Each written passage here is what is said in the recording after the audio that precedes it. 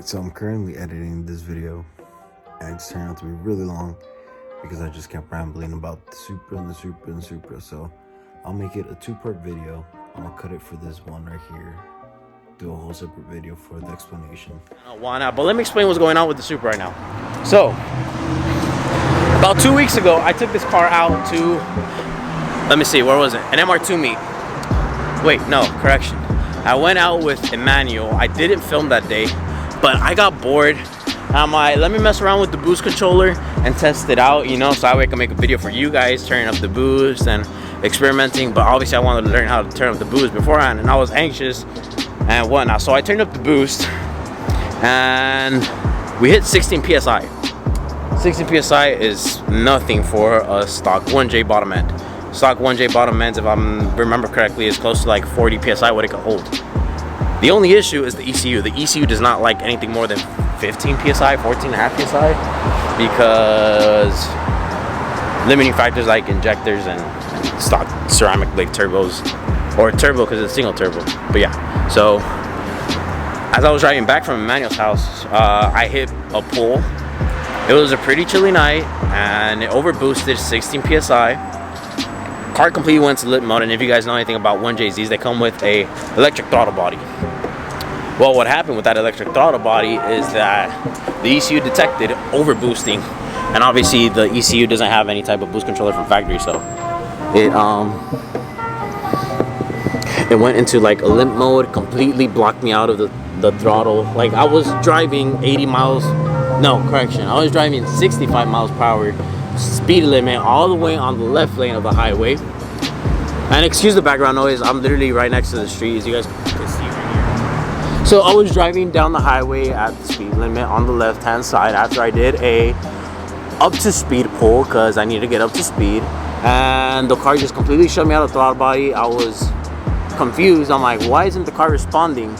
So my instinct was downshift into fourth gear, and the only thing that did was slow down the car more. And that's when I came to realize that I have no throttle. I quickly turned on the hazards. Luckily, it was pretty late at night, so there was no cars in the highway that could have caused an accident. Completely merged out to the right lane, and I started giving it throttle. I'm like, why is this not working? So, first thoughts, fuck, something happened, something went wrong. Then I'm like, all right, think, what usually happens with these ETCSI motors, electric throttle body / limp mode stuff? ECU goes into limp mode, obviously that's what happened. I turn off the car, keep it a couple seconds off, turn it back on, the car's perfectly fine. I'm like, what, the front door just overboosted. So what I ended up doing, threw the boost controller back into stock, boost pressure back to spring, whatever it is, like 9 PSI, 10 on a cold day. Threw it back on stock, drove it back home, no problem.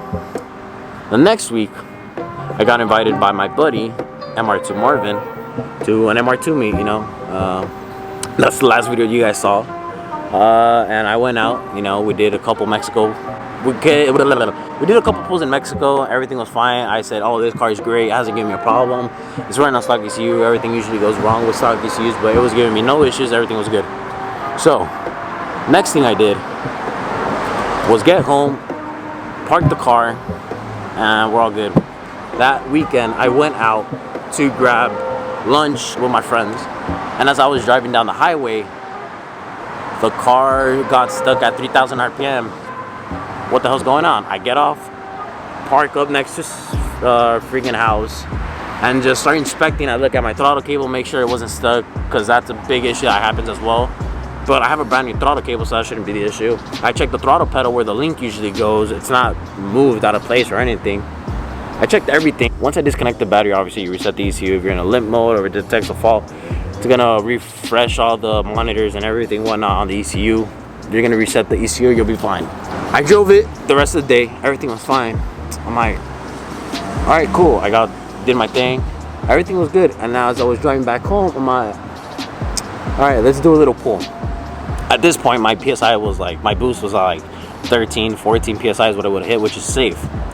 I started doing a pull.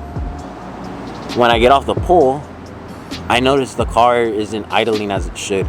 The idle wasn't as high as it used to be, but it was now at 1,000 RPM, when typically it's at like 700 RPM.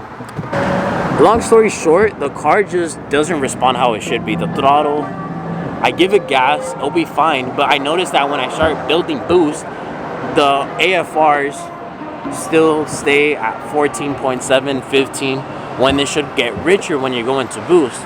Once the ECU picks that up, I could still drive the car, but the throttle won't respond until after 30 to 50%. So that's what's up with the car. So the car is just having these weird issues. I have the stock ECU, and with the USDM scanners, you can't really test anything because you have a JDM ECU. It's a whole different way that it sends out programming and whatnot. So now the car's gonna stay on standstill or on standby until we can figure out the issue. Hopefully it's not any major issue and I don't have to spend too much money. But with the holidays coming around, I really don't want to like stress about it. We're gonna end this video here. It was a pretty quick, short video, mainly me talking because there wasn't really much action today. I just wanted to fix the fender and film it for you guys. Let's see what's coming up. What else is there? That's about it. I'm pretty sure there's something else, but I don't remember off the top of my head.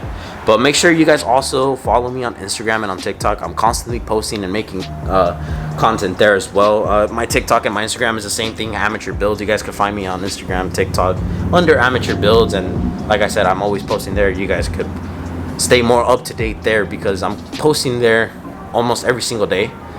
On YouTube, I'm only making a video once a week or once every 2 weeks. I'm trying to keep it at once a week, but it's kind of hard when you work a full-time job. I'm talking a lot. Hope you guys enjoyed this video. Hope you guys are excited for what's to come to this channel, because I sure am. And that's about it. Thank you guys for watching.